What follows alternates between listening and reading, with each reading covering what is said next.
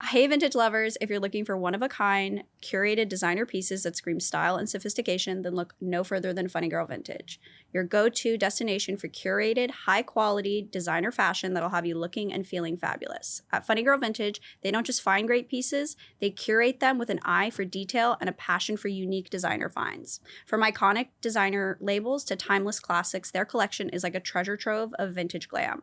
Check out their website, funnygirlvintage.com, or stop by their showroom on Melrose Avenue and get one-on-one style consultation. And guess what? As a special treat for our podcast listeners, you can get 10% off your first order when you use the code NIGHT. That's right, just use the code NIGHT, NIGHT, at checkout and enjoy a sickening discount on your first purchase. And we thank Funny Girl Vintage for sponsoring this second episode. Woo! We are all, once again, wearing Funny Girl Vintage pieces because we stand hard for our girl. We do. I think I'm going to buy this top, honestly, because I'm obsessed with it. I'm obsessed with it. You're in head to toe. I'm in head to toe. And shoes too? No. Yes. Cut it. Yeah. We didn't. No. We're all obsessed with Funny Girl Vintage. Head to ankle. Head to ankle. There you go. I actually have Funny Girl tattooed on my labia. Oh. T. Period. Clocked it. Oh. Really painful. Can't tattoo. beat that one. Yeah, really good. Yeah, that's how hard I ride for my sponsors. Yeah. So BetterHelp, if you're trying to get on this, we've got another free lower back tattoo. Lower back. Yeah, what's everybody's like dream sponsorship? I mean, I have a vintage sponsor. This is kind of it for me. Like, nothing would make me happier than Athletic Greens or Blue Chew. Blue Chew. Okay, that's how do we know Blue about Chew. these things? I'm like in the dark. What is Blue Chew? Is that for humans? You clearly don't listen to so many hours of men in a room talking to each other about Blue nothing. Chew is erectile dysfunction medication. But evidently you're actually not supposed to call it erectile dysfunction medication. You're supposed to call it they have a whole script on that. Blue Chew enhancement. Yeah. We're just not supposed to call it that. Blue Chew, we'll cut that out if you pay for us. Yeah, pay for it. Or else. Yeah. All three of us have varying opinions on the Taylor Swift debate. I would consider myself a moderate. I have attended Taylor Swift shows. There have been times. Libertarian. Yeah, I'm a libertarian when it comes to Miss Swift. I respect her lyricism. I am somebody who will never knock a hustle. Like, if you are a woman out there making coin and making a name for yourself, automatic respect for you. Like, that is a difficult thing to do. Do I think she's the most talented singer on the face of the planet? Absolutely not. Do I understand the level of obsession? No, but I have respect for her. And so I've been to concerts essentially, but it's never been something I've sought out. It's like somebody's going to a concert and they're like, hey, do you want to come? I'm like, yeah, why not? Like, I enjoy live performances, but it's never something that I'm like, I'm dying to see Taylor Swift. We have Izzie on one hand. On the other, you. That you have had these I was going to say, is your blood boiling? Yeah. Meanwhile, I've been praying to every god in every religion for Eras Tour tickets.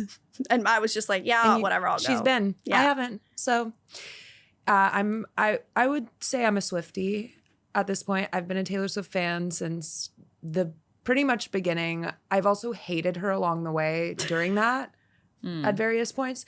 So I understand hating her. Yeah. And I understand just not caring about her. But at this point, I think I've just leaned into it really hard. Yeah. I just, there's no going back. I'm a Swiftie. And then we have the very opposite end of the spectrum where we have loathing, which I can also relate to. Like, I can't listen to her songs very much because it's too whiny. I can't relate. Adulterated loathing. I'm sorry. Loathing. But you know what? It excites me. Okay, so I'll explain my position. Yeah. If I may, Your Honor.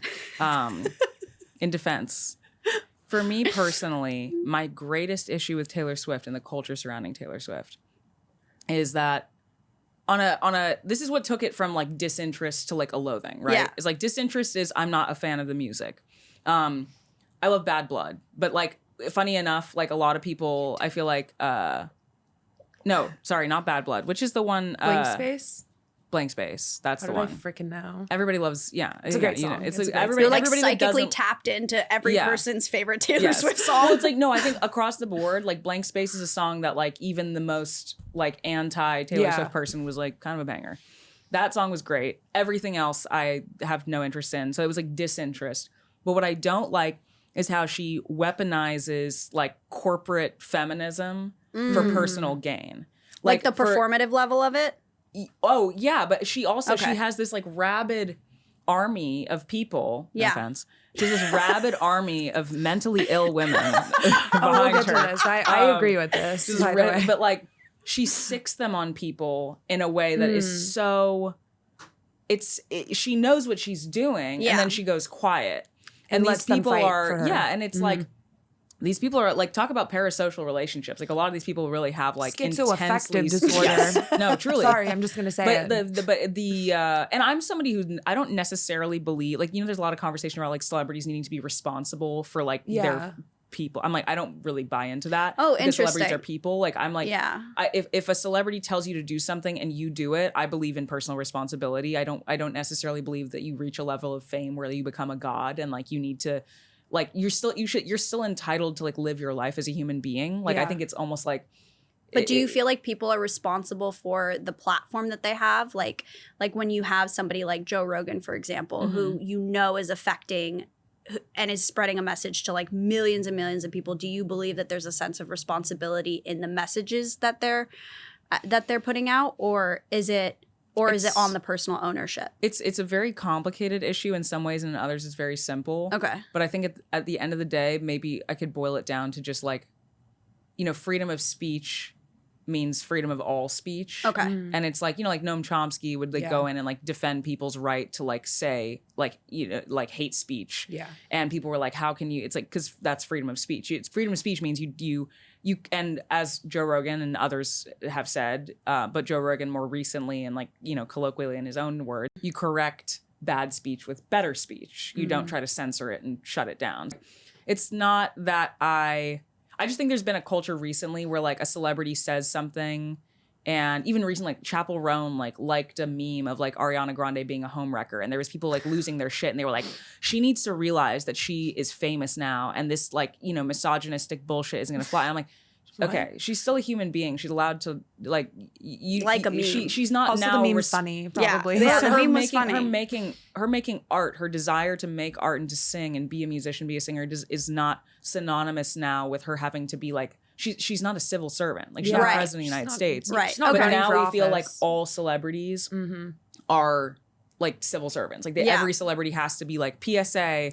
They're held to such a high standard of. So I don't believe that. But at the same I time, agree. there's like a humanness to just understanding your power. Like there is a point where I would criticize it and say like, that you have this reach. Like you need to be conscious that you have a bunch of people standing like rabidly waiting to defend you who haven't left their house in 6 months and don't remember the feeling of sun on their skin.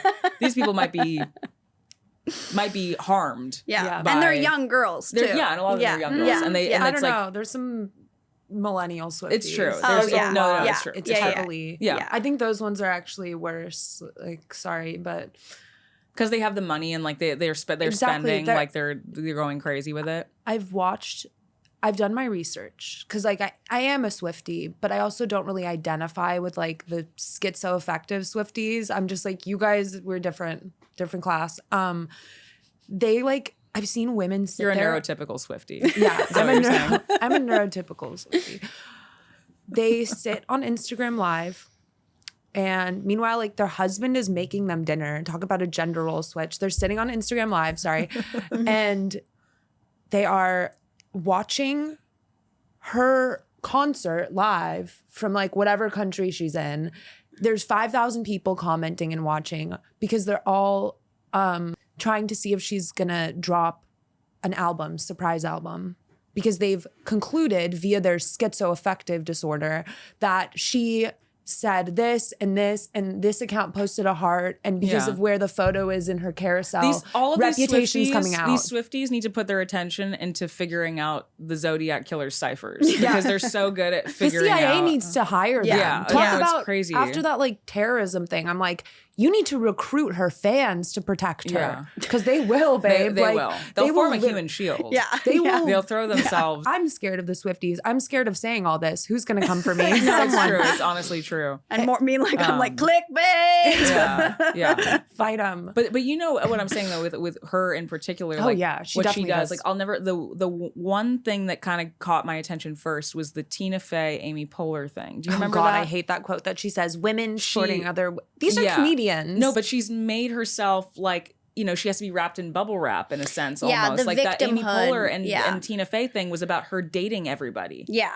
It wasn't you're sleeping your way to the top or anything like that. Like no one's ever questioned how she got to where she is. Yeah. No one has ever like all those things that so many other women have to deal with have not. It's never been the literal only criticism she's ever received in the realm of misogyny has been you've dated a lot of people. And every time someone makes a comment like that, she goes borderline litigious. Yeah. Yeah. She's like, try it again. Yeah. It's also like, just switch the narrative. That's a flex. You date a lot of famous men. I would be like, yeah, so true. But also like here's the thing is like you're and she's entitled marketed. You're entitled to clap back, but it's the clap back that always puts herself in the realm of victimhood. It's why the can't you victimhood. respond? I Why can't can't you handle respond to that and like be like, okay, girls, I hear you. I mean, I wish we were living in a time period where people wouldn't. Like, I'm all for like like some subtlety there, but it's the like, wow, Yeah. you Women know, not it's like supporting other women. yeah. It's and like, then Amy what? Poehler and Tina Fey had to apologize, and also That's you know how I feel crazy. about comedy. I was like, that sucks too. That sucks. Yeah. On the basis of like, I also can't stand it's like you either capitalize on your trauma like of having bad relationships, and which you have. I mean, you've made numerous albums and you have your fans, like that meme of Charlie and Always Sunny, like with all of the strings tied, trying to figure out who she's talking about. Like you've made millions of dollars off these relationships. Slay.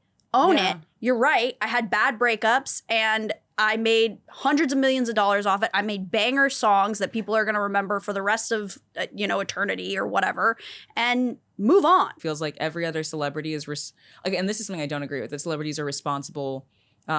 Celebrities are like have to express political opinions, but like she's so popular and she's like the only celebrity that's exempt from expressing a political opinion or taking a stand or say something. Even during BLM where everybody was like, say something. They don't. Yeah. Nobody cared. Yeah. She's always exempt from that. And I'm like, how and why? Yeah. I'm not even saying that's necessarily a bad thing, but I'm like, how and why? Yeah. And her fans are like so protective of her. I also think too, it's like, I don't give a shit what her political opinion is. It's No, like, I don't care. I don't give a shit. And even if she were to come out and say it, it's like, because I think she did come out and come out against one of like the governor of Tennessee or something for having like anti-LGBTQ laws, and it made like national headlines. And it's like, you mean the basic like human response of like, yeah, people should be allowed to be who they want to be and love who they want to love. Like she's lived in Hollywood and been famous her entire life. I think it would be more of an interest story if she had the opposite views. Yeah. Like it's like surprised. no one's shocked. Yeah, I like again, I say I don't. That's not something I need my celebrities to do. I need good them at to. music. I need her to vote. I need to vote for whoever she wants. Yeah. Yeah. Taylor. Yeah. Who am I voting for in this election? On the political thing, going back to her fan, you cannot endorse a politician. Like it would be over. Yeah. Yeah. No. It would be over. Yeah. Like on that basis, Taylor Swift it's endorsing like, Trump. it'd be over. It would be actually over. Taylor and Melania taking the stage, holding hands. Oh my God, That's can you my imagine? dream. What if they got Melania to sing? Melania on stage at the Eras Tour? She's going Why like, do I believe that she could? I know she can. I know she has so many could. secret talents. Melania is a gem. hot I take. know she has more talent. And next thing you know, she has to like decorate the White House for Christmas. And Yeah. she's like, what have I done? Yeah, how she's does- like, how does this- happen? I did not This is sign not up my for country. How the this. fuck did this happen? Also, I just want to say a quick shout out. Today's the anniversary of Princess Diana's death, which is really. I was R.I.P. wondering why I've Queen. been feeling really. There's been a lot of things in my life that have made me sad, but I have felt a deep spiritual connection to Princess Diana forever. Like bordering on those people that are insane about it. Where like I really love her. I really love her. So I just R.I.P. Queen. We miss rest you. in peace, the people's princess. When was she born? I mean, when did she die? What year? Do we know? 90. I want to say like Three. 90. Oh, yeah. I honestly don't know. Maybe. Pull that up, Jamie. The other thing I want to talk about is Izzie told me this story the other day that you just casually drop. Like, your lore is so deep, and like it unravels every week that I know you. So did you know Izzie worked at a rehab? Really? Izzie worked at a rehab, and she casually told me that she was like, yeah, I think the owner of the rehab like was like sentenced to prison. And then I look it up. LA rehab owner gets more than 52 years in prison for sexually assaulting 7 women. Yeah. Deserved, honestly. Whoa. Did you know this person personally? I'd met him once, but the girls had already warned me about him at that point. They were like, That's so. They would that's whisper. They'd be like, rehab Google his vibes. name. Like that, rehab is like the land that time forgot. It's like 1972 in every rehab. I swear. Like there's just kind like of is, different. yeah. It's like It's just you a gotta different avoid social him because interaction, you just gotta avoid that guy.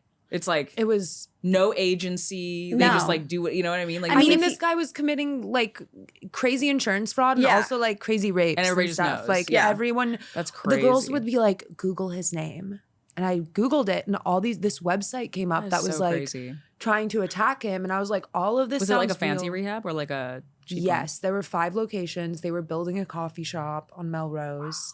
It was like a whole rehab. What do they give you, your methadone with your cappuccino? Yes, Like, yes. That's sick, honestly. No, it was called community recovery, and I actually got fired 3 months before the LA Weekly was the cover Wow. of his face, and it was like an entire write-up about them getting shut down. So I got out, right before, thank God. The rehab, that was crazy. I was babysitting. I was 19 and I was babysitting all these girls, and immediately like they were kind of like, when I got there, because I was young, and I was just kind of like, all right, like I'm chill. I'm not gonna like look through your stuff. Like if you have a phone or like some drugs, I don't really care. So they loved Not me. really setting yourself up for being hired at a new rehab. No, and I If you have didn't. drugs or a phone, like I I'm also- just here to vibe. Yeah, I'm just here to chill. We're all do what girls you want. here. Yeah. I also was not a drug addict. I was sober because alcoholism runs in my family, and I was like preventative. I had no reason to be working at a rehab. I had no reason to be there. That's cool though.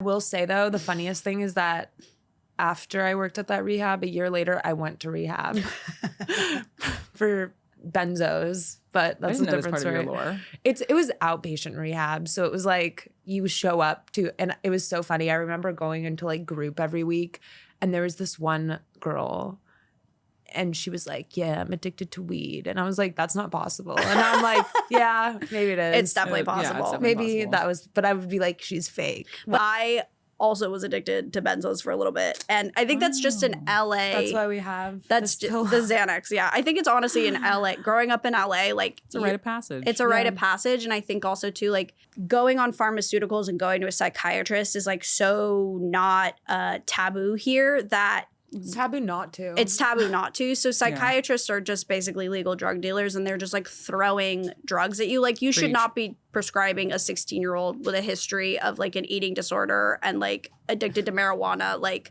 benzos. Like other you should've- methods. There's That's like other the cheat methods. code. That's Especially yeah. because at that age, like I think that we forget how much adult figures in our lives can actually provide so much solace just by telling us we're going to be okay. Yeah. Like someone outside of our parents. Yeah, 100%. That always strikes me as well. Like, like even now that I'm older, even like sometimes speaking to like somebody who's like 18, 17 and like saying something with authority and they're like, really? It's like you have so much power as Yeah, an you adult do. to tell a child Yeah. that they're going to be okay, that there's other ways. Yeah. And it's like, yeah. You I don't totally need agree. you don't need medication necessarily. And granted, I am like full disclosure, like I am on medication. Like I am on I've been on my cocktail for many years now. Like I'm not on benzos anymore, but I do take an antidepressant. Thank you. It's not like they're not addictive, like, but it took me a really long time to get on that. And through that process, they were just throwing me like Klonopin and Xanax and shit that I should never have been. Like, You were a wait, child. I was a child. I was 16. Like, that was stuff I never needed to be on. And then later on, that psychiatrist was like, me and my wife swing, and I'm like, I'm out. I'm out. Like, I'm out. He's like, we use toys in the bed. I'm like, dude, What? I was like, Xerox my Adderall script and get me the fuck out of here. Like, fuck you. I love how crime heavy this whole episode is so Oh, far. yeah. We're surrounded It's by really criminals. heavy on We are the criminals. criminal element. The theme is criminals. The theme of the episode is criminals. But yeah, Yeah. okay, separately, I stalked the fuck out of you in high school. Really? Yeah, I didn't know know this. I'm just totally airing this out. Yeah. So you were in photo, right? Yeah. Yeah, you had really sick photos on Facebook. And I was like, this girl's so cool. She's so pretty. But you were also older than me. So I was like, there's no shot. And I was also raging degenerate in high school. And I was like, oh my God, she's so cool. Yeah.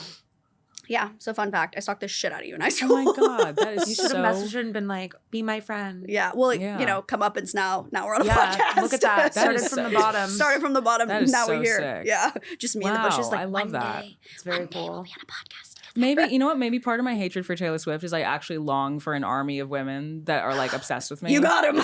Here you go. Manned a group of people with like one tweet to just like sick on your run neighbor. the risk of losing their jobs by going like absolutely psychotic on the internet and like threatening someone's entire family. That's a dream of I think mine. if this podcast bobs off, we might have You that. deserve this. Thank you. I would be responsible. I would be a responsible leader. That power I promise. in your hands. Just being like, what should I tweet today to get my girls going? I feel like I feel like I get my girls going. Come on, ladies, let's get riled up. Who are we going to attack today? Like, you would just get pissed at someone from your past. On another note, I would really love it if we could get a Stanley sponsorship. Oh, please. I don't even have one. I need one. So We all Stanley, need them. Stanley, please. hit us We up. need them, and we need the accessories, Oh yeah, like the the little snack tray, the and snack everything. tray. Or like the little backpack you can strap on it. Have you seen that? I bought that for my the backpack for the Stanley. For the Stanley. Oh, I bought my boyfriend a carrying case for it, which was Frank a huge. does have a purse now for he his carries Stanley. it everywhere. It was like supposed to be kind of a bit, and then now the joke's on me for sure. For sure, that thing goes everywhere. Beyond a bit. It's like tactical gear. It's like tactical Stanley gear. He could put keys, wallet, like everything inside of it, That's so funny. and he walks around with it on his shoulder, not even crossbody, on the Honestly, shoulder, he's staying like a purse. hydrated. I mean, you want him to stay healthy.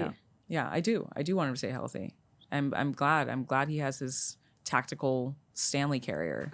I want Very happy. a belt. Stanley belt. Stanley belt. That's cool. Where that's the buckle. Yeah. I just want to. I'm trying to like. You have Yeah. a metal dick. You have a metal dick that you just walk around with. I'm trying to just like Or, like, reclaim. here. I want to reclaim the Stanley culture Wait, though. and then when you drink it, do you lift it up to suck your own dick? Do you self-suck? Not the I self haven't suck. thought about this yet.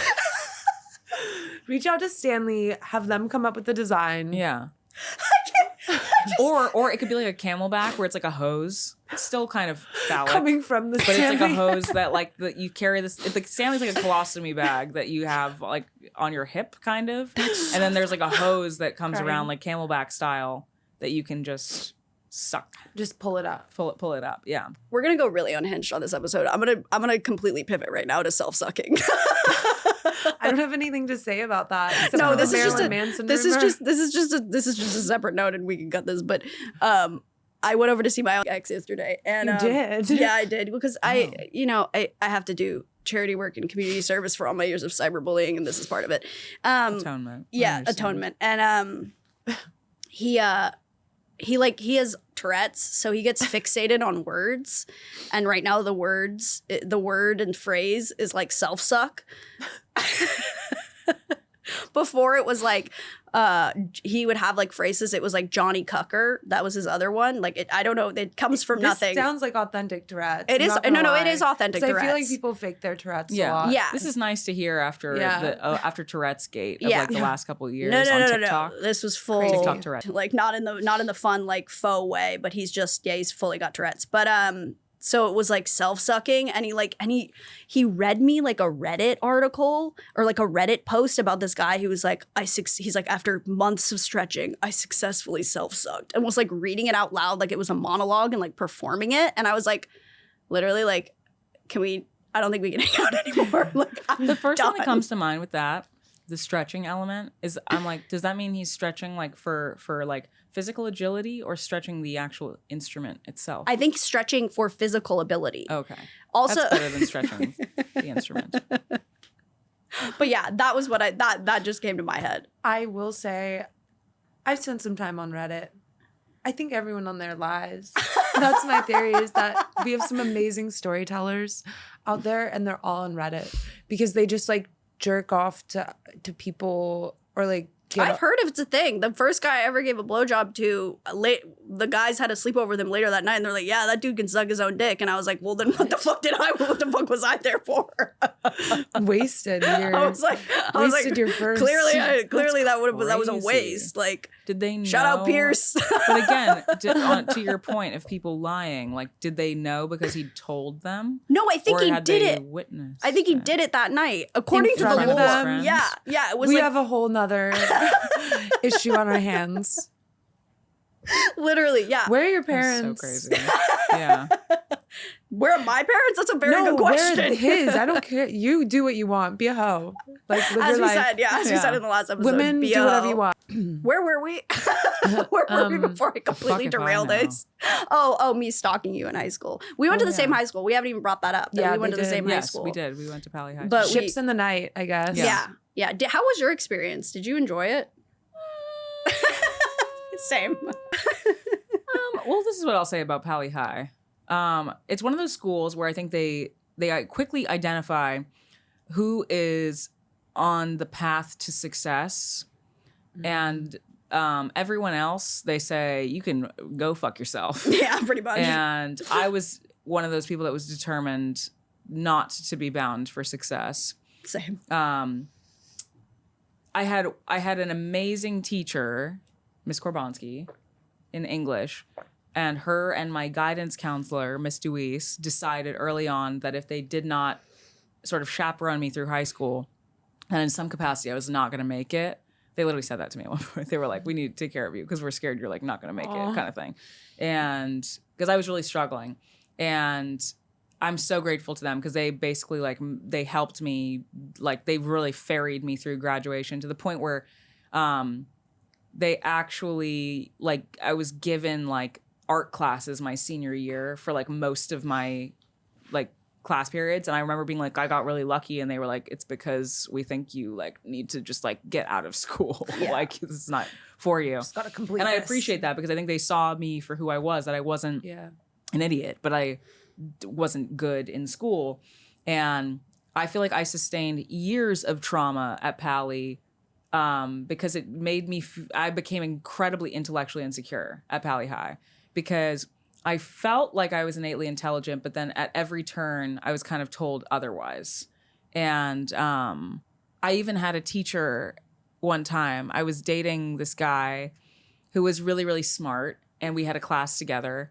And when we started dating, I like said something and I was kind of a class clown because I was intellectually insecure. So that's what class clowns do. And I think as an adult and as a teacher, you should see that and be like, this child is acting out because there's like an issue here, not because I should then like, and usually it's also a sign like humor and comedic ability is actually a sign of intelligence. So it's just a different form. Yeah, it's than, just like, a different staring form. at a maybe pull page. the kid aside and say like, what's going on versus just like constant public humiliation, because that's kind of what it boils down to. Is like you get publicly humiliated over and over again, and then you act out more because you want to be like defiant, and you're like, okay, well, I've been embarrassed, and now I need to impress my peers by like being the most defiant I can be. Mm-hmm. But I was dating this guy, and I said something to the teacher and was like, oh, we're dating now.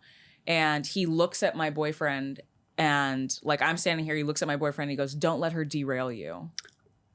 And I'll never forget that because it was like, excuse me. Yeah, it was just like, it was just like, okay. But that was like a moment where I was like, okay, I get the impression people have of me. The same thing, I mean, again, it's like I take responsibility for my part. Like I walked into the guidance counselor's office, the college counselor's office, senior year or whatever, when people were applying for college. And I walked in with like a copy of Helter Skelter I was reading, very committed to the bit of like, I don't want to be here and I'm different, Yeah. And I sat down and I had some, bullshit line about how I was going to apply to all the Ivy League schools because I had like this idea that if I wrote like the most incredible essay, it was going to be like a movie where they're like, you know what? You stood up to us.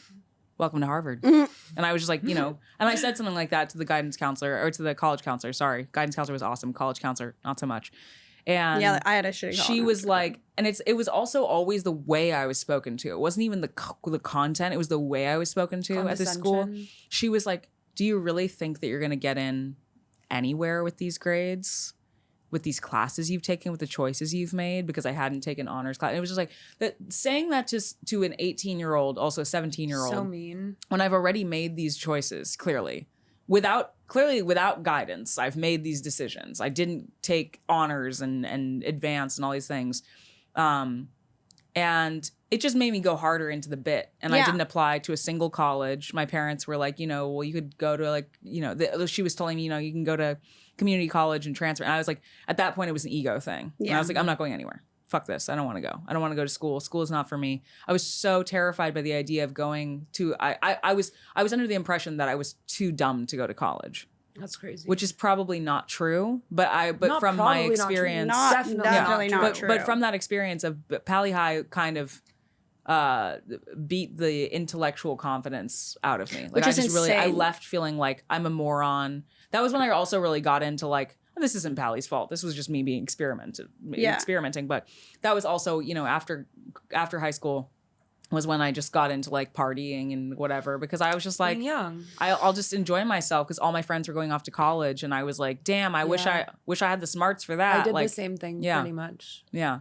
So that was my experience at Pali. But they did ask me to be in like a high school promo like video thing one time, which is really funny because I looked the part, obviously, because they wanted the like, the rainbow of diversity, and they called me in to do that, which I felt like was like the perfect summary of my high school experience. It was like, can you stand here and like show that we look good, but also sit down, dumbass.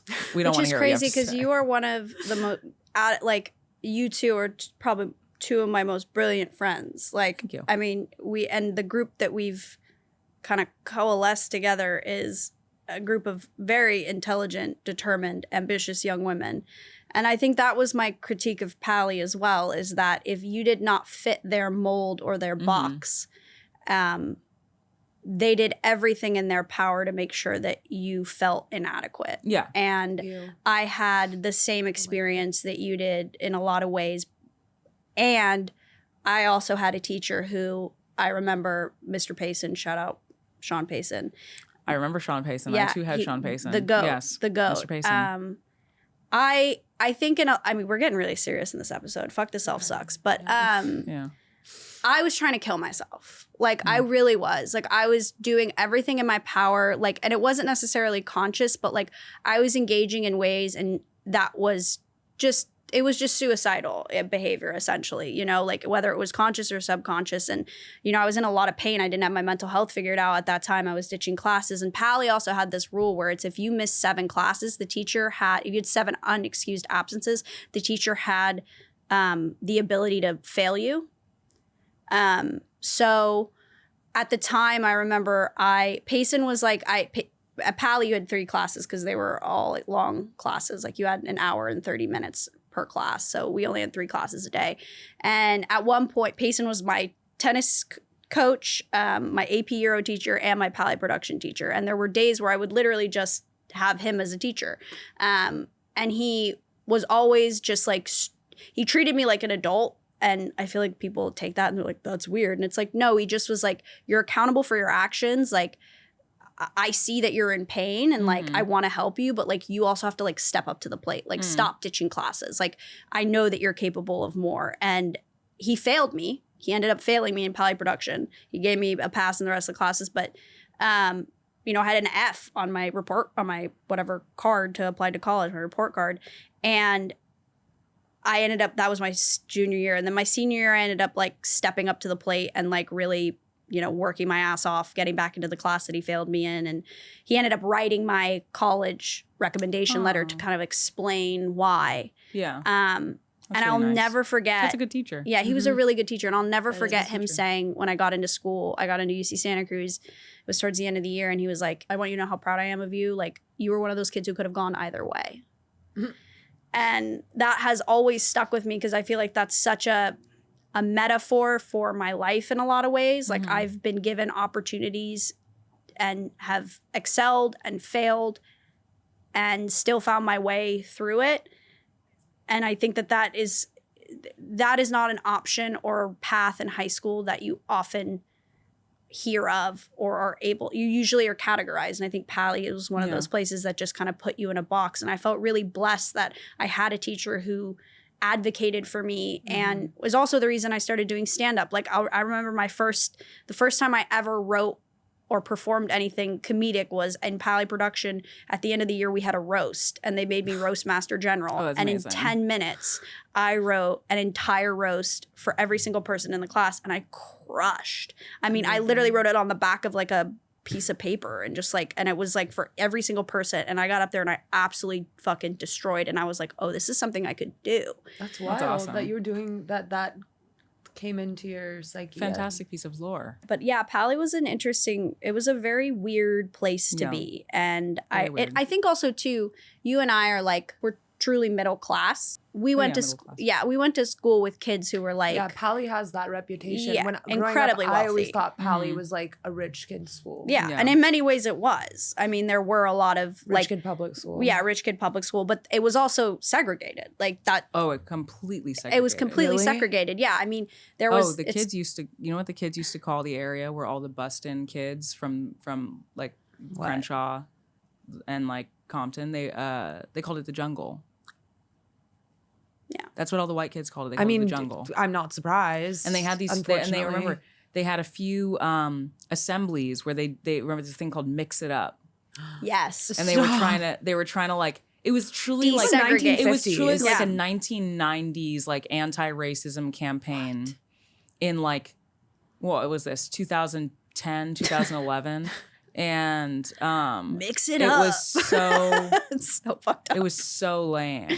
Yeah, But there was a heavy undercurrent of racism that was not spoken about. Oh, I'm sure. And it was not, the teachers didn't seem particularly interested in it either. Like it was one of those things where like, I don't think they could, because and correct me if I'm wrong, but I think part of it too was because it was like a charter magnet school. Like the magnet kids were bussed in from the like inner cities. Yeah, yeah. And so they all had classes together. And then the charter kids were all usually either local Pali kids or, you know, finesse their way in like I did. We paid somebody's heating bill while I was going to Revere and it funneled me in. And then that's how we got there. But it was like by design segregated because there was no, you didn't have classes with the magnet kids and the charter kids. So there was no. They just wanted it to be on paper. Like truly the way they pulled me, I swear, like made a lot of amazing friendships there. Yeah. Beautiful campus, lots of amazing teachers. But culturally, I hope it's not the way it used to be. Because it did feel like if you were a student of color, regardless of what that color was, Black, you were to be seen and not heard. Like that was kind of the vibe.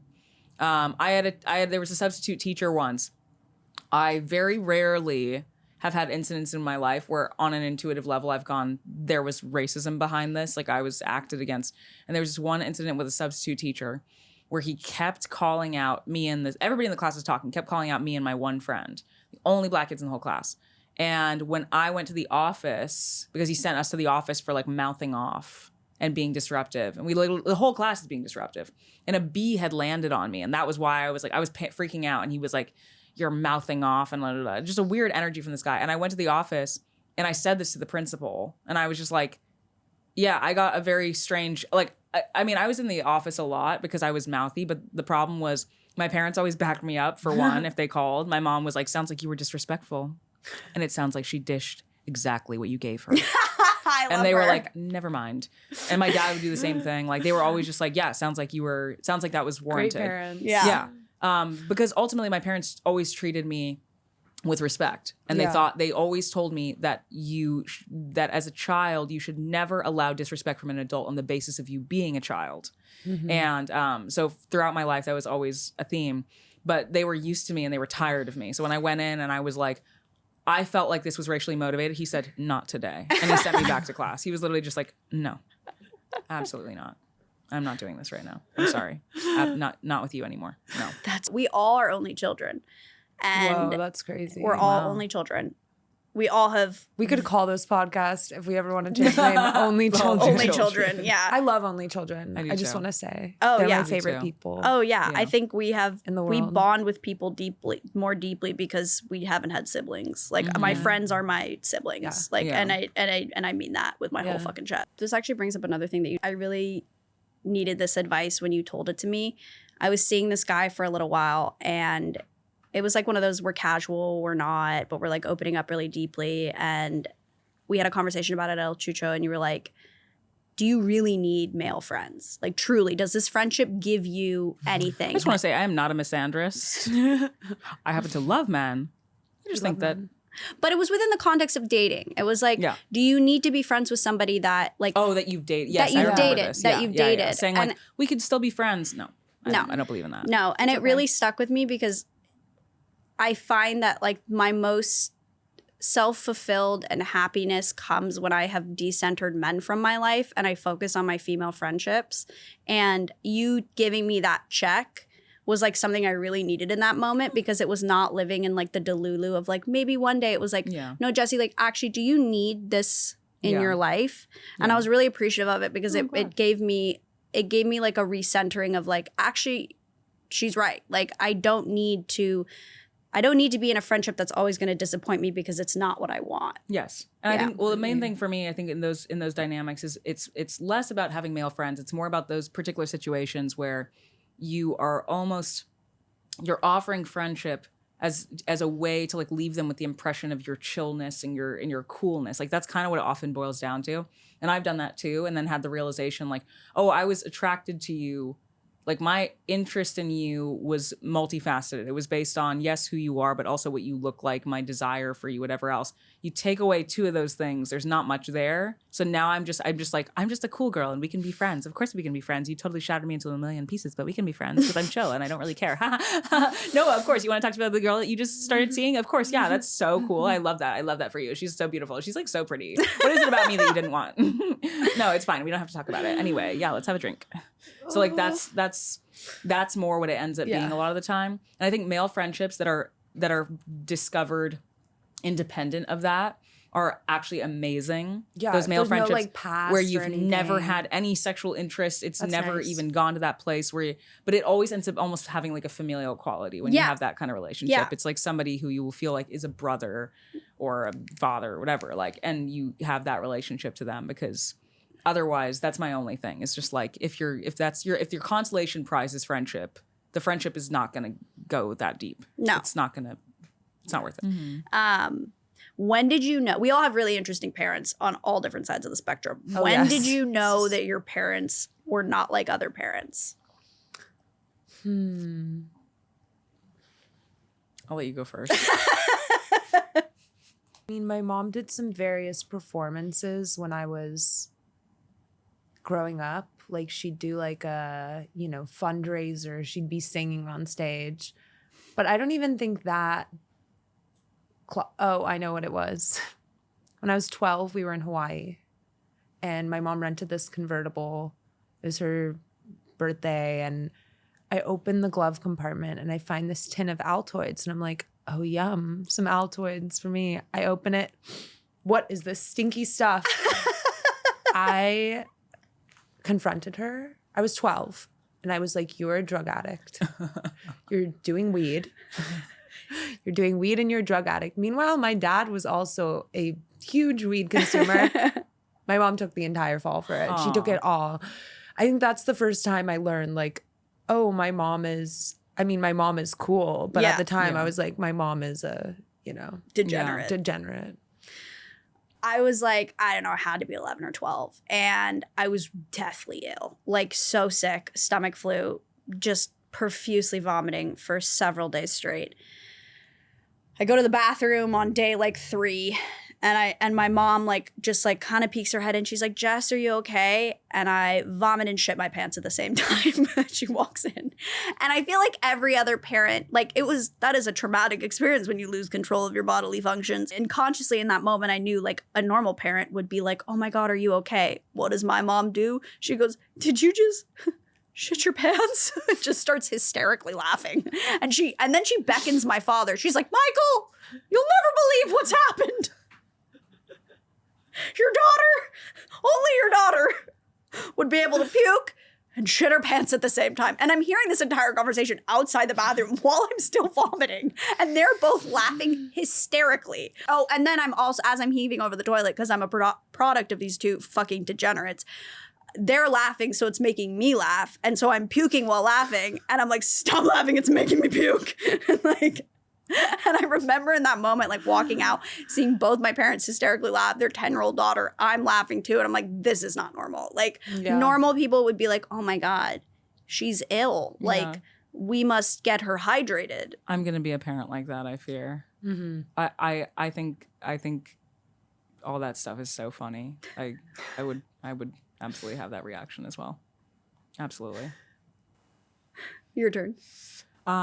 It's everything. My entire life, every single thing ever. My parents split when I was 5. My dad got me a snake. I said, I do not want a snake, and he said, here's a snake. At 5. And when I was 5, maybe 6, but 5 or 6, and my mom tried to get me to watch my birthing video every year on my birthday or her birthday.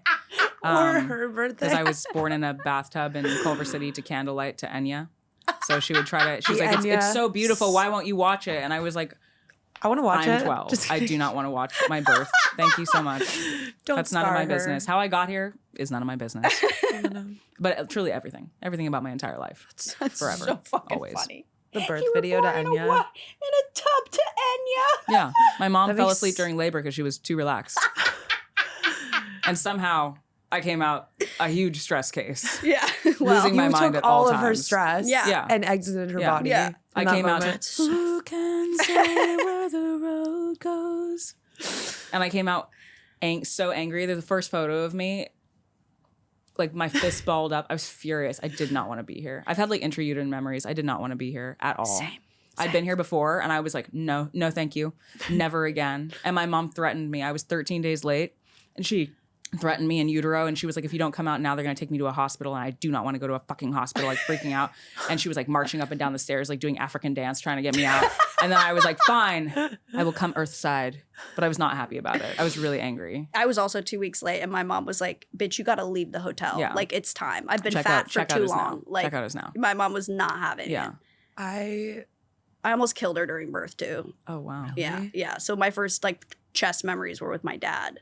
That's why when I hug my mom, I'm like, this is not the first same. skin to skin contact. Yeah, it was with my dad. So I've always felt like when my dad gives me a hug, I feel a lot safer than my mom. Crazy. Yeah, I love my mom. We're so close. My whole act is dedicated to calling her a whore. Like, I love her with all my heart. But like, I wouldn't do all that if I didn't. But yeah, it's that uterine memory, that like that initial how you come out is like actually pretty core to some feelings later on. Well, the umbilical cord snapped when I was born, and I was I like drowned a little bit, and I have such an intense fear of drowning. I have many like dreams of drowning. I still can't really swim, and it really freaks me out. I was induced because I was so fat. Oh wait! Yes. Oh yeah, she was wait! huge. Wait! Can we call your mom so she can tell the story? Yeah, call her. Okay. All right. Whatever. Okay. Tell the story. Her. Okay. So you were huge. My mom had some condition during pregnancy where I think like all of the sugar she ate or something basically just made me fat. Like she looked skinny when she was like 9 months pregnant. She still looked like, you know, super fit, just with a huge belly because I was getting huge. They had to suck me out with a vacuum because I was 10 pounds. 1 ounce. The 1 is just mean. I've never been on this earth less than a 2-digit number in my weight. So that is why I had. I also just want to say, when she told me how this, like when you first told me how big you were when you were born, I talked about it for 5 days. I just kept bringing it up. I kept being like, Izzie, I cannot believe you were 10 pounds. That is so crazy. I've never heard that unless it was like a national news story. I've never heard a 10-pound baby. Back. Should I get her to get it? Yeah. It's the do not disturb. You have to call twice. Yeah.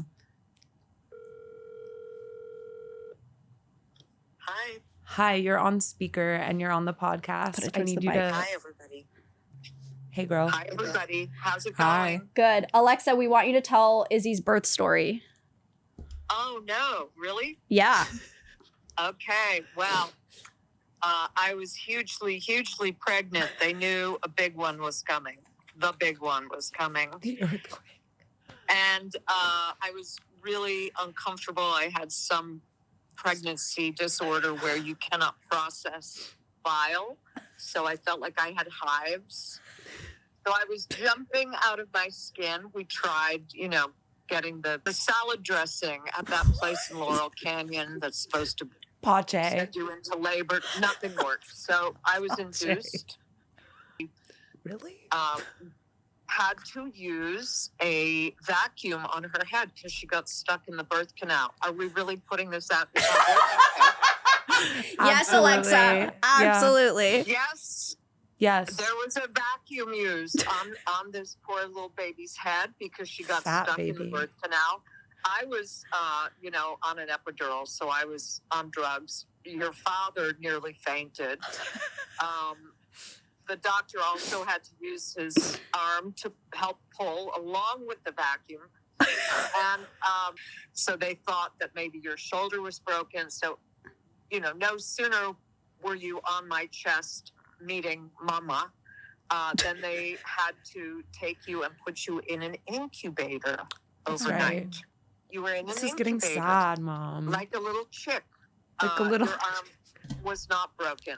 Okay, good. And good to know. Your movement was absolutely fine the next day. You were just, you were a little beat up. It was a lot for me. Yeah. Incidentally, if anyone is listening, you were 10 pounds, 1 ounce, 23 inches.